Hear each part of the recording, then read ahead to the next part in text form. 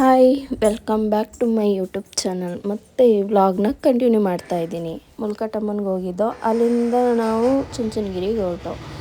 ಚುಂಚನಗಿರಿಗೆ ಹೊರಡೋ ಅಷ್ಟರಲ್ಲಿ ನಾವು 5:45 6 ಗಂಟೆನೇ ಆಗೋಯಿತು. ಅಲ್ಲಿಂದ ಸ್ವಲ್ಪ ಮನೆ ಬಿಟ್ಟಿದ್ದೆ ಸ್ವಲ್ಪ ಲೇಟ್ ಆಯಿತು. ಹಂಗಾಗಿ ನಾವು ಚುಂಚನಗಿರಿ ಅಲ್ಲಿ ಪೂಜೆ ಮುಗಿಸ್ಕೊಂಡು ಚುಂಚನಗಿರಿಗೆ ಬರೋ ಅಷ್ಟರಲ್ಲಿ 6 ಗಂಟೆ ಆಯಿತು. ನೈಟೆಲ್ಲ ಕುತ್ಕೊಂಡು ಮಾತಾಡಿರ್ತೀವಿ, ಮಾರ್ನಿಂಗ್ ಬೇಗ ಹೋಗ್ಬಿಡ್ಬೇಕು, ಬೇಗ ಹೋಗಿ ಬೇಗ ಬಂದುಬಿಡ್ಬೇಕು ಅಂತ. ಅದು ಆಗೋದೇ ಇಲ್ಲ ನಮ್ಗೆ. ಯಾವಾಗಲೇ ಆದ್ರೂ 5:30 6 ಗಂಟೆ ಆ ಟೈಮಿಂಗ್ಸೇ ಆಗುತ್ತೆ ಎಲ್ಲ ಮುಗಿಸ್ಕೊಂಡು ಬರೋ ಅಷ್ಟರಲ್ಲಿ. ಎಲ್ಲ ಮುಗಿಸ್ಕೊಂಡು ಬಂದಾದಮೇಲೆ ಕರೆಕ್ಟಾಗಿ 6 ಗಂಟೆ 6:30 ಆಯಿತು. ಇಲ್ಲಿ ಲೆಫ್ಟಲ್ಲಿ ನೋಡಿ ಯಾರೋ ಸೇವೆ ಮಾಡ್ತಾಯಿದ್ದಾರೆ. ಲಾಸ್ಟ್ ಟೈಮ್ ಬಂದಾಗ ನಾವು ಅಲ್ಲೇ ಸೇವೆ ಮಾಡಿದ್ದೋ. ಏನೋ ಒಂದು ಸ್ವಲ್ಪ ಹರಕೆ ಇತ್ತು, ಹಾಗಾಗಿ ನಾವು ಬಂದು ಕೋಳಿ ಎಲ್ಲ ಕಟ್ ಮಾಡಿಸ್ಕೊಂಡು ದೇವ್ರ ಹತ್ರ ಒಪ್ಪಿಸಿ ನಾವು ಸೇವೆ ಮಾಡ್ಕೊಂಡು ಹೋಗಿದ್ದೋ. ಇಲ್ಲಿ ನನ್ನ ಮಗನ ನಾಮಕರಣನೂ ಇಲ್ಲೇ ಮಾಡಿದ್ದು, ನನ್ನ ಮಗಳಿಗೂ ಇಲ್ಲೇ ನಾಮಕರಣ ಮಾಡಿದ್ದು. ನೋಡಿ ತೇರು ಕಾಣಿಸ್ತಾ ಇದೆ. ಆ ತೇರಿನ ಬಗ್ಗೆ ಒಂದು ವಿಶೇಷತೆ ಇದೆ. ತೇರು ಯಾವ ಥರ ಬಂದಿದ್ದು, ಯಾವ ಥರ ಕಾಲಭೈರವೇಶ್ವರ ಸ್ವಾಮಿ ಯಾವ ಥರ ಅದನ್ನು ತಗೊಂಡಿದ್ದು ಅನ್ನೋದು ನಿಮಗೆ ಗೊತ್ತಿರುತ್ತೆ. ಗೊತ್ತಿಲ್ಲ ಅಂದರೆ ಮುಂದಿನ ವ್ಲಾಗಲ್ಲಿ ನಿಮ್ಗೆ ಅದನ್ನು ತಿಳಿಸ್ಕೊಡ್ತೀನಿ. ನೋಡಿ, ಇದು ಕಾಲಭೈರವನ ದೇವಸ್ಥಾನ, ನಮ್ಮ ಮನೆ ದೇವರು. ಬನ್ನಿ ಅದನ್ನು ಸ್ಟೆಪ್ ಹತ್ಕೊಂಡು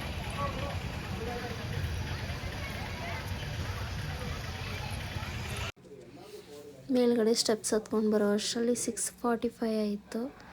ಆಗಲೇ ಸ್ವಲ್ಪ ಫುಲ್ ಕತ್ಲೆ ಅನ್ನಿಸ್ತಾ ಇತ್ತು, ನೈಟ್ ಆಗಿತ್ತು. ನೋಡಿ, ಗಂಗಾಧರೇಶ್ವರ ಸ್ವಾಮಿ ಟೆಂಪಲ್ಲು ಕಾಣಿಸ್ತಾನೇ ಇಲ್ಲ ಮೇಲೆ.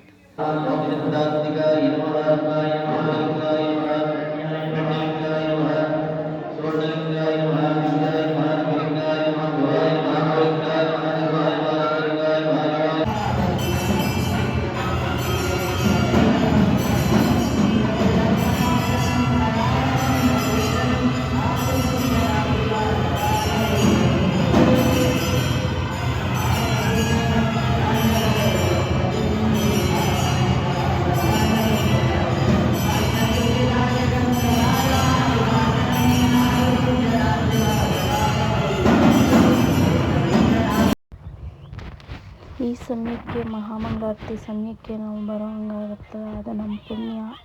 ಪ್ರತಿ ಸಲಿನೂ ಹಾಗೆ ಆಗುತ್ತೆ. ಒಂಥರ ಖುಷಿ ಆಗುತ್ತೆ ನಮಗೆ ಯಾವಾಗ್ಲೂ. ಮತ್ತು ಮಾಳಮ್ಮ ದೇವಿ ಹತ್ರನೂ ನಮಸ್ಕಾರ ಮಾಡಿಕೊಂಡು, ನನ್ನ ಮಗ ಅಂತೂ ಅಲ್ಲೂ ಸುಮ್ಮನೆ ಇರ್ತಾಯಿಲ್ಲ. ನಾವು ಸುಮ್ಮನೆ ದೇವಸ್ಥಾನ ಪೂರ್ತಿನೇ ಓಡಾಡಿಕೊಂಡು ಆಟ ಆಡ್ಕೊಂಡು ಇದ್ಬಿಟ್ಟ. ನಾವು ಸುಮ್ಮನೆ ಅದು ಎಷ್ಟು ಅಂತ ಹಿಡ್ಕೊಂಡು ಪಾಪ ಅವ್ರಿಗೂ ಹಿಂಸೆ ಆಗುತ್ತೆ. ಮಕ್ಕಳಿಗೆ ಹೊರಗಡೆ ಕರ್ಕೊಂಬಂದಾಗ ಓಡಾಡಿಕೊಂಡು ಫ್ರೀಯಾಗಿ ಇದ್ಬಿಡಬೇಕು, ಆಟ ಆಡಬೇಕು ಅನ್ನೋ ಆಸೆ ಇರುತ್ತೆ. ಹಾಗಾಗಿ ನಾವು ಜಾಸ್ತಿ ಇದು ಮಾಡಲಿಲ್ಲ.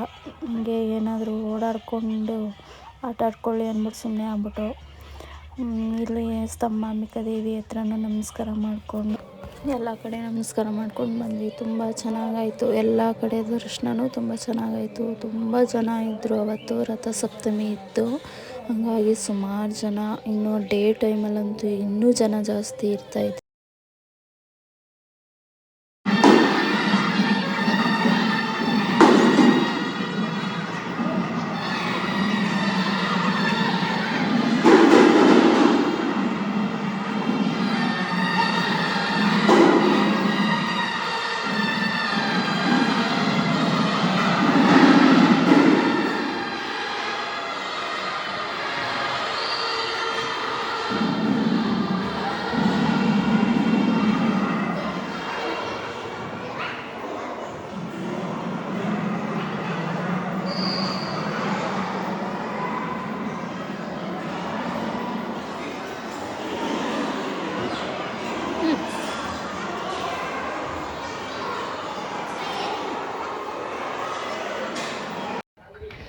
ಎಲ್ಲ ಮುಗಿಸ್ಕೊಂಡು ದೇವ್ರ ದರ್ಶನ ಎಲ್ಲ ಮಾಡಿಕೊಂಡು ಹಾಗೆ ಆಚೆ ಬರ್ತಾ ಇದ್ದಾಗ ಯಾರೋ ಆವತ್ತಿನ ದಿನ ಏನೋ ಉತ್ಸವ ಏನೋ ಮಾಡಿಸ್ತಾಯಿದ್ರು ಕಾಲಭೈರವೇಶ್ವರ ಸ್ವಾಮಿಗೆ. ಅದು ಉತ್ಸವ ಅಂತ ಮಾಡಿಸ್ತಾರೆ. ಹರಕೆ ಏನಾದರೂ ಮಾಡ್ಕೊಂಡಿದ್ರೆ ಆ ಥರ ಉತ್ಸವ ಮೂರ್ತಿನ ಮೆರವಣಿಗೆ ಮಾಡಿಸ್ತಾರೆ. ದೇವಸ್ಥಾನ ಸುತ್ತ ಮೆರವಣಿಗೆ ಮಾಡಿಸಿ ಪೂಜೆ ಎಲ್ಲ ಮಾಡಿಸಿ ಅದೊಂದು ವಿಶೇಷತೆ, ಅದೊಂದು ತುಂಬ ಚೆನ್ನಾಗಿರುತ್ತೆ ಅದು. ಅದರಲ್ಲಿ ಇನ್ನೊಂದು ವಿಶೇಷ ಅಂತ ಅಂದರೆ ಅದರಲ್ಲಿ ನಮ್ಮ ಮನೆಯವರು ಮತ್ತು ನನ್ನ ತಮ್ಮನೂ ಆ ಉತ್ಸವ ಮೂರ್ತಿನ ಹೊತ್ತಿದ್ರು. ಅದೊಂದು ಖುಷಿ ಆಗುತ್ತೆ. ಆವತ್ತಿನ ದಿನ ಎಲ್ಲ ಪೂರ್ತಿ ಏನೋ ಒಂಥರ ಖುಷಿಯಾಯಿತು. ನಮಗೆ ತುಂಬ ಖುಷಿಯಾಯಿತು. ಏನೋ ಒಂಥರ ಮನ್ಸಿಗೆ ಸಮಾಧಾನ, ಖುಷಿ, ಸಂತೋಷ. ಎಂಥದ್ದೇ ಕಷ್ಟ ಇದ್ರೂ ಒಂಥರ ಟೆಂಪಲಲ್ಲಿ 2 ನಿಮಿಷ, ಒಂದು 5 ನಿಮಿಷ ಕುತ್ಕೊಂಡು ಬರೋದಿದೆಯಲ್ಲ, ಅದು ತುಂಬ ಖುಷಿ ಕೊಡುತ್ತೆ. ನಮಗೆ ಡೈಲಿ ರೋಟೀನ್ ಏನಂತ ಅಂದರೆ ನಾವು ಯಾವಾಗಲೂ ಬಿಸಿ ಟೆನ್ಷನ್ನು, ಕೆಲಸ ಅವು ಇವು ಅಂತ ಯಾವಾಗಲೂ ಟೆನ್ಷನಲ್ಲೇ ಇರ್ತೀವಿ. ಈ ಥರ ಒಂದು ದೇವಸ್ಥಾನಗಳಿಗೆಲ್ಲ ಬಂದರೆ ನೆಮ್ಮದಿ ಸಿಗುತ್ತೆ. ಮತ್ತು ನನ್ನ ಮಗನಂತೂ ಹಿಡ್ದೇ ಅರ್ಧ ಸಾಕಾಗೋಯಿತು. ಎಲ್ಲೂ ಒಂದು ಕಡೆ ಕೂತ್ಕೋತಾ ಇಲ್ಲ, ಒಂದು ಕಡೆ ನಿಂತ್ಕೊತಾ ಇಲ್ಲ, ಕೈಗೆ ಸಿಗ್ತಾಯಿಲ್ಲ, ಹಂಗೆ ಆಡ್ತಾಯಿದ್ದಾನೆ ಇಡೀ ದೇವಸ್ಥಾನ ಸುತ್ತ. ನನ್ನ ಮಗಳಾದರೂ ಪರವಾಗಿಲ್ಲ, ಪಾಪ ಅವಳು ಸ್ವಲ್ಪ ಒಂಚೂರು ದೊಡ್ಡವಳಾಗಿದ್ದಾಳಲ್ಲ, ಒಂಚೂರು ಅವಳಿಗೆ ಅಷ್ಟು ತರಲೆ ಮಾಡೋ ಬುದ್ಧಿ ಇಲ್ಲ. ಇವನು ಒಂಚೂರು ಸ್ವಲ್ಪ ಇವಾಗ ತರಲೆ ಜಾಸ್ತಿನೇ ಮಾಡ್ತಾನೆ. ನಮ್ಮಮ್ಮ ಅಂತೂ ಅವನ್ನ ಹಿಡ್ದೇ ಅರ್ಧ ಸಾಕಾಗೋಯಿತು. ಇಲ್ಲಿ ನಿಂತ್ಕೋತಾನೆ, ಅಲ್ಲಿ ಓಡ್ತಾನೆ, ಇಲ್ಲಿ ಓಡ್ತಾನೆ, ಅವ್ನು ಎಲ್ಲಿದ್ದಾನೆ ಅಂತ ಹುಡ್ಕೋದೇ ಆಗೋಯ್ತು ನಮ್ಮ ಕತೆ.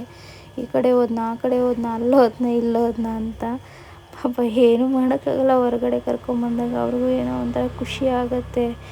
ಹಂಗಾಗಿ ನಾವು ಸುಮ್ಮನೆ ಏನು ಮಾಡೋಕ್ಕೇನೋ ಆಡ್ಕೊಳ್ಳಿ ಅಂದ್ಬಿಟ್ಟು ಸುಮ್ಮನೆ ಬಿಟ್ಟು ಎಲ್ಲ ಮುಗಿಸ್ಕೊಂಡು ಬಂದು. ಎಲ್ಲ ದೇವ್ರ ದರ್ಶನವೂ ತುಂಬ ಚೆನ್ನಾಗಾಯಿತು, ತುಂಬ ಖುಷಿಯಾಯಿತು. ಸಾಯಂಕಾಲ ಬಂದಿದ್ದರು, ವಿಶೇಷವಾದ ಮಹಾಮಂಗಳಾರತಿ, ಒಳ್ಳೆ ಪೂಜೆ ಎಲ್ಲ ತುಂಬ ಚೆನ್ನಾಗಾಯಿತು. ಮಾರ್ನಿಂಗ್ ಬಂದಿದ್ದರೂ ಇಷ್ಟು ಖುಷಿ ಸಿಗ್ತಾ ಇರಲಿಲ್ವೇನೋ, ಸುಮ್ಮನೆ ಬಂದು ನಮಸ್ಕಾರ ಮಾಡ್ಕೊಂಡು ಹೋಗ್ಬೇಕಾಗಿತ್ತೇನೋ. ಆದರೆ ಸಂಜೆ ತುಂಬ ಚೆನ್ನಾಗಿ ಪೂಜೆ ಎಲ್ಲ ಆಯಿತು, ಖುಷಿಯಾಯಿತು ತುಂಬ. ಮತ್ತು ಮೇಲ್ಗಡೆ ಹೋಗೋದಕ್ಕಾಗಿಲ್ಲ ಗಂಗಾಧರೇಶ್ವರ ಸ್ವಾಮಿಗೆ, ಅಲ್ಲಿ ನೈಟ್ ಆಗಿತ್ತಲ್ಲ, ಹಂಗಾಗಿ ಬೆಟ್ಟದ ಮೇಲೆ ಪೂಜೆ ಇರುತ್ತೋ ಇರಲ್ವೋ ಅಂದ್ಬಿಟ್ಟು ಹಂಗಾಗಿ ಮೇಲ್ಗಡೆ ಹೋಗೋದಕ್ಕಾಗಲಿಲ್ಲ. ನನ್ನ ಮಗನಂತೂ ಇಡೀ ದೇವಸ್ಥಾನನೇ ಅವನದಾಗೋಗಿತ್ತು. ನಡೆಯೋರು ಕೇಳೋರೇ ಇರಲಿಲ್ಲ. ಆ ಥರ ಜಂಪ್ ಮಾಡಿ ಹತ್ತು ಇಳಿದು ಏನೇನೋ ಇದು ಮಾಡ್ತಿದ್ದ. ಸರಿ ಹೋಗ್ಲಿ, ಏನಾದರೂ ಮಾಡಿಕೊಳ್ಳಿ ಅಂದ್ಬಿಟ್ಟು ಸುಮ್ಮನೆ ಆಗ್ಬಿಟ್ಟು ನಾವು ಅಲ್ಲಿ ನಮ್ಮ ಮನೆಯವರು ಮತ್ತು ನನ್ನ ತಮ್ಮ ಪ್ರಸಾದ ತರಕ್ಕೆ ಹೋಗಿದ್ದಾರೆ. ಅಲ್ಲಿ ಆಟ ಸಾಮಾನು ಪಕ್ಕದಲ್ಲಿ ಅಲ್ಲೆಲ್ಲ ತೊಗೊಂಡಿದ್ದಾಯಿತು. ಇವಾಗ ಇಲ್ಲೂ ಬೇಕು ಅಂದ್ಬಿಟ್ಟು ಹೋಗಿದ್ದಾನೆ. ಎಷ್ಟು ಆಟ ಸಾಮಾನು ಇದ್ದರೂ ಸಮಾಧಾನ ಆಗೋಲ್ಲ ಅವರಿಗೆ.